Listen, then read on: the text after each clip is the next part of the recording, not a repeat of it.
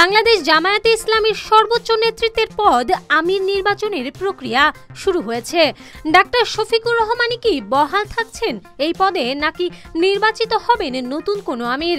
জানা গেছে এবারও ডাক্তার শফিকুর রহমান প্যানেলে থাকছেন নিশ্চিতভাবে। অন্যদিকে সম্ভাব্য প্রার্থীদের মধ্যে রয়েছেন দলের সিনিয়র নায়েবে আমির ডাক্তার সৈয়দ আব্দুল্লাহ মোহাম্মদ তাহের, নায়েবে আমির অধ্যাপক মুজিবুর রহমান, রফিকুল ইসলাম খান, সহকারী সেক্রেটারি জেনারেল হামিদুর রহমান আজাদ ও মিয়া গোলাম পরোয়ার। সংগঠনের অভ্যন্তরীণ সূত্রে জানা গেছে টানা তৃতীয়বারের মতো বর্তমান আমির ডাক্তার শফিকুর রহমান পুনর্নির্বাচিত হতে পারেন।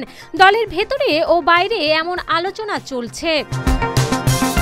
দীর্ঘ সময় ধরে দলের নেতৃত্বে থাকা শফিকুর রহমানকে বর্তমান রাজনৈতিক প্রেক্ষাপটে স্থিতিশীল নেতৃত্বের প্রতীক হিসেবে দেখছেন অনেক সদস্য ও কেন্দ্রীয় নেতারা। এর আগে দলের ইতিহাসে অধ্যাপক গোলাম আজম ও মাওলানা মতিউর রহমান নিজামীও টানা ৩ মেয়াদে আমিরের দায়িত্ব পালন করেছিলেন। জামায়াতের নেতৃত্ব নির্বাচনের প্রক্রিয়া সাধারণত ১ মাস ধরে চলে।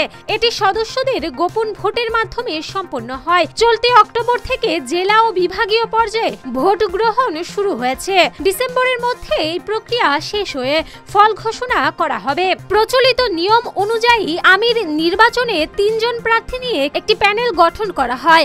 সদস্যদের ভোটে সেই তালিকা থেকে একজনকে পরবর্তী আমির নির্বাচিত করা হয়।